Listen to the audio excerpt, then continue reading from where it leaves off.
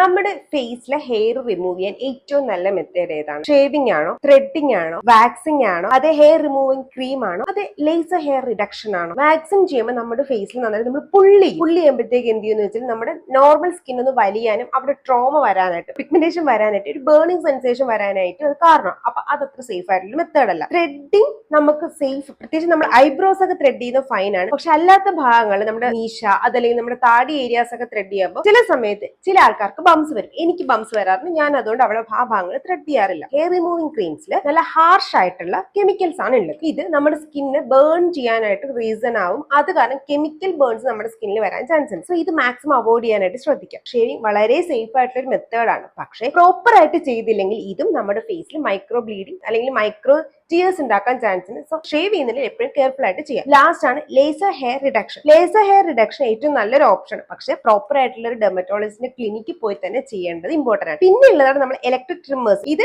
Use ചെയ്താൽ നിങ്ങൾക്ക് എപ്പോഴൊക്കെ ഫേസിൽ ഹെയർ വരുന്നുണ്ടോ അപ്പോഴൊക്കെ നമുക്ക് യൂസ് ചെയ്യാൻ കുഴപ്പമില്ല. പക്ഷേ നമ്മൾ ഷേവ് ചെയ്യുന്ന ഒരു എക്സ്ഫോളിയേറ്റിംഗ് എഫക്ട് ഇത് യൂസ് ചെയ്താൽ കിട്ടില്ല. അപ്പൊ നിങ്ങൾ ഡോട്ട് കമന്റ് ബോക്സിൽ വെച്ചേക്ക് ഇതുപോലത്തെ സ്കിൻ കെയർ നേരത്തെ വീഡിയോക്ക് ഫോളോ ചെയ്യാനും മറക്കണ്ട. ടാറ്റ.